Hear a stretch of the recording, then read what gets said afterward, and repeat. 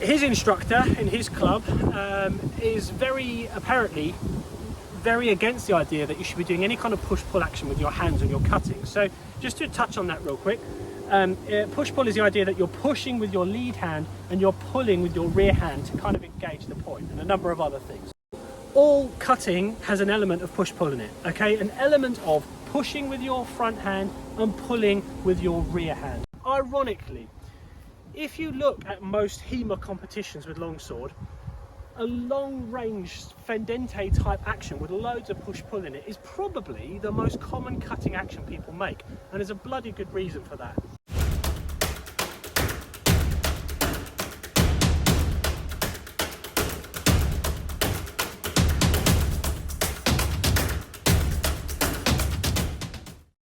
Hi, old Marky here with the Exiles. Hope you're safe and well. I was having a bit of a lazy Sunday and I had an exchange this morning with a chap who asked some questions about an old video that I did around cutting mechanics and a phrase I used, which is push-pull. Okay, so the chap that reached out, his instructor is quite an old school instructor and is very against the idea of push-pull with the hands, and I'll explain that in a second.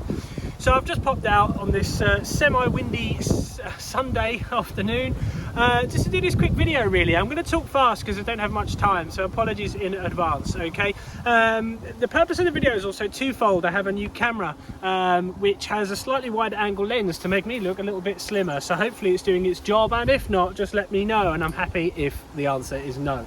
So push-pull then. This isn't going to be exhaustive. I'm sure there's going to be things I forget because I just take a lot of this for granted, to be honest. It's sort of second nature. So the easiest way to look at this, I'm actually going to link underneath a video that I did from a few years ago because that video followed a video before it where I was doing different types of cutting at different distances within the context of Fury. So I was doing close range cuts, mid-range cuts and long lead cuts, okay, at distance. We'll cover those in a second. When I was doing those long lead cuts, a lot of people at the time had an issue. They said I was using too much push-pull, and they said that my hands were a risk. Okay, so I did a follow-on video to explain that. Yeah, kind of duh, I know, but to explain why all cuts have an element of push-pull and why actually doing a long range cut with push-pull is a perfectly useful and important thing to have in your sort of martial repertoire. You'll notice that Nick gets very close to my hands. That's because I wouldn't do this cut from that position at this distance, okay? Different cuts have different places. If Nick cuts at me and I just do what Fury does with feet, then from here, the quickest action I can do is a push-pull, bosh, yeah? As I'm moving. So, different cuts have different places. I'm creating a threat with my point, which basically means if I'm at distance, if I'm right out at this distance, and I want to lure him into something, I would indeed cut like this, off the arms, off the hips, with a massive amount of push-pull in there, okay? In reality, most of my cuts won't be like that, because we'll be a little bit closer. So from here, I'm cutting like this, okay? Points nice and high, exactly like in the Fury manuscript, okay? So I just wanted to make that quick video, just to show that, okay? Back to the point, push-pull. All cutting has an element of push-pull in it, okay? An element of pushing with your front hand and pulling with your rear hand, okay? All of them do, basically. Now, if you look at other sort of popular YouTubers and their advice around cutting with a longsword, they will say, for example, with a downward cut, or number one cut, if you like, off the right shoulder, you should take a straight line, follow your weapon, you should lead with the hands and then follow in with the feet if you're stepping. All of that is absolutely spot on, and that has historical basis, okay? In the manuscripts, in some of the manual, at least one that comes to mind right now, we're actually told that, okay? So it has historical basis, and it's perfectly legitimate. In an ideal world, I would, you know, I'm going to do in a crease because that's what we like to do, but with a step, I'm coming from the right shoulder, so in my world, this is the guard version of Posse di Donna. I'm going to be basically keeping the hands low, cutting off the shoulder, and going from point A to point B as quickly as possible, and I am following the weapon. Okay, I'm following the weapon because I don't want to commit my arms to a line with my body in case that line needs to change, i.e. I need to change direction. Mechanically, it's good sound. It's better for generation of power and speed to just set off with your arms a little bit before your body. Okay, you don't want your arms to set off too far in front of your body because you'll have a hard time stopping the blow or changing its direction, and you can try this for yourself. So what you don't want to do is set off way before the arms and then let the foot come forward, because you can't stop or change direction very easily with your hand until your foot has landed. So it's very subtle, but basically I'm off the shoulder and the foot just sort of drags through. It powers it a little bit with the hip, but effectively, yeah, keeping it low now, effectively my front foot lands just a little bit after my sword has hit its supposed target, and if that target changes, then I'll just deal with that. So that's the sort of common advice out there, okay?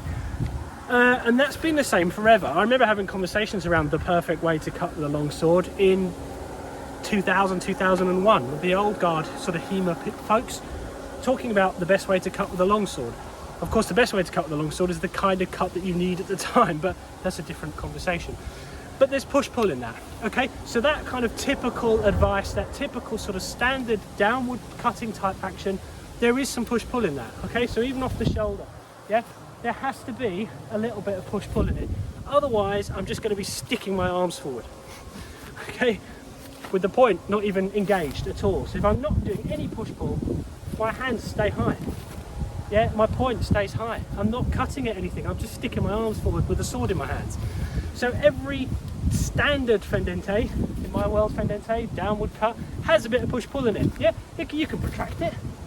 Yeah, you can keep it nice and lazy, but they all do, okay? Because I'm trying to bring the point forward and trying to get this bit moving as quick as possible, okay?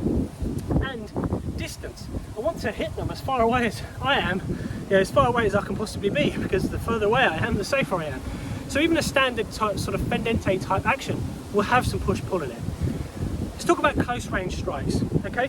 So a good example of a really close range fendente is, I've just done a video on the villain strike, okay? So where we're coming offline, we're taking a big fendente from our opponent, making a cover, and then we're cutting around at my opponent. So if I just set this up, offline and cover, okay? It's quite a situational thing. If you don't know what the villain strike is, this is for a reason, okay? And I'm cutting back down into posta breve. So I'm doing a fendente back down into posta breve. I'm waiting, I'm up, and I'm cutting down, okay? And from this side, I'm coming up and I'm cutting like this. This has to be a close range fendente because my opponent is going to be really close to me. And I need to set up a thrust afterwards, okay? So there's no way I'm going to be doing this and cutting normally like that, okay? Unless my opponent starts to move away. Because I'll be hitting them on the head with this bit and I won't be getting my thrust on. I'd have to bring it all in afterwards. So that's a good example of a close range fendente, okay? I'm sending in a thrust and you break the path of that cut, okay? So let's say you come up and you or misplace it or you start pushing it down, okay? From here, yes, I can go through with the hill, okay? I can shoot through and close it to stretto, or I can do the cut we were just doing. Bosh, cut first, half sword after, or whatever. So that's another example of where that cut comes from. The point is, it's still a fendente, and it's important to practice variations and angles and setups, so that the minute you need that cut, it's practiced and instantly available to you, and quick and fast, because you've practiced it. The reason why I touch on that close range fendente is because there has to be some push-pull in there too. There has to be a way that I get my weapon quickly and with power back to the centre, okay? If I'm not moving my hands, it's going to be really hard to do, but if I'm not doing any push-pull, it just becomes this, which isn't really a cut, is it? Yeah, it needs to be just subtle, push, pull, here, there, okay? It has to be. Most of that's coming from the rear hand because that's the bit that needs to travel the furthest, but there's push-pull in there, okay? I think where most of the resistance comes from this idea of pushing and pulling being a bad thing is when we're talking about cutting at distance, okay? And for good reason. There are instances though where a long range cut has a time and a place. In how I like to conduct myself, I cut long distance all the time, okay? And there was comments on the original video from years ago about that being a really bad thing, and a lot of it was about push-pull. And of course it's utter bollocks, but we'll cover that now. So there are times when I need to cut like this. I need to cut out, I need to get good extension, I need to pull back in. Instances that spring to mind, let's say my opponent's got a spear and I need to make up that distance. Let's say my opponent is 6'9" and is just massive with a really long reach, and I don't want to close because they're twice my size. I need something, I need a way, a practiced way of cutting where I can make up all of that distance, okay, and about 101 other things. But there are times and places where I want to make up all of that distance, okay? For a cut like that, there's loads of push-pull. There has to be loads of push-pull. So if I'm not doing that, I'm gonna just cut like this. I'm not gonna engage anything. I need to get the point on, okay? I can do it high, I can keep it low, but there are times when a cut like that is super advantageous, and it definitely should not be taken out of your martial toolkit because it's considered to be a bad thing. It's not a bad thing. But again, I think where it's been considered to be not so clever is the risk, the inherent risk to your hands. With an action that's that long, okay? If you're cutting like that, you're going to be coming from quite far away, which means your opponent's got ages to see it, which means your hands become a very, very easy and tempting target. And of course, that's absolutely true. So if I'm out here and I'm just cutting in, my opponent has got ages to see that come in, and they've got this nice, lovely, juicy, meaty hands to cut at. It's super easy for them too, especially if they're taller. All they need to do is drop back a bit and stick their bloody sword up, okay? Or, you know, move back and just cut at my hands. Because I'm aiming for their body and I'm so far away, they can keep their body safe by dropping back. And because I've been the first mover, they can then cut at my hands. It's going to be very hard for me to react to that. But it's something you assess. If you've got gauntlets on, you don't care. If you've got gloves on, you may not care. In the heat of the moment, it might not matter. And if you've got nothing on your hands, you're obviously taking that into account as well. All cuts have risk. All fighting has risk. Training and all the rest of it will help you accept, acknowledge and work around that risk. But you know, you can't take an action like that out of your toolkit, okay? You just can't. So ironically enough, if you just YouTube HEMA tournaments, longsword HEMA tournaments, that type of long lead cutting action with loads of push-pull is probably the most common type of cutting action that people make today. There's a really good reason for that. The further I can be from someone and hit them, the better.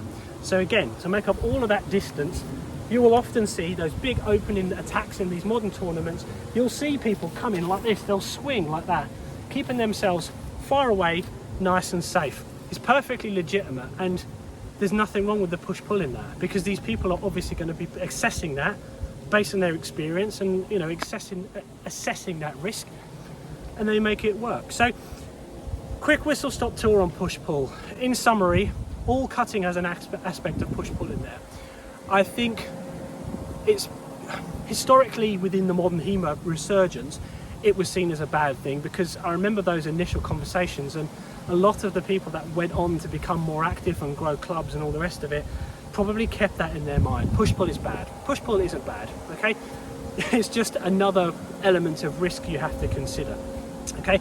And like I say, all good cutting has an element of push-pull in it. Of course it does. You need to get some acceleration on the point. You need to get the tip out there. Mechanically, you want to generate power, you want to generate speed. If you're not push-pulling, you're not doing any of those things. You're just sticking your arms out, okay?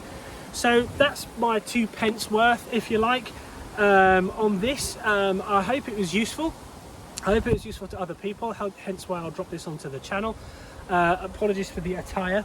Hopefully the new cameras worked and the new audio setups. I know my audio has always been shit because I'm not a professional YouTuber, I'm a martial artist. But hopefully there's a little improvement. I'll stop babbling now. Happy Sunday for me, and until the next one.